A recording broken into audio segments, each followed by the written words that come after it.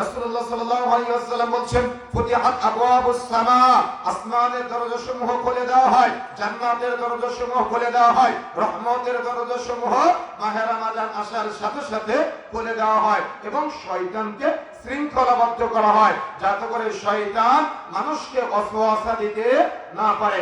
এজন্য মাহে রমাদান আমাদের মাঝে বারংবার রেকর্ড করতে হয়, এই মনে রাখার চেষ্টা করতে হবে।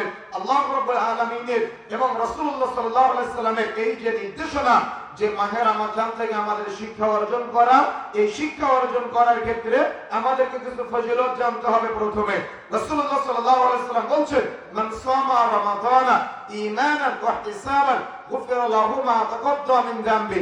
যে ব্যক্তি ঈমান সহ নেকির আশায়, শর্ত দুইটা, ঈমানান ওয়া ইহতিসাবান, ঈমান সহ নেকির আশায় মাহে রমাদানের সিয়াম পালন করে, তার পিছনে সমস্ত গুনাহ থেকে তাকে মুক্ত করে দেওয়া হয়। সুবহানাল্লাহ।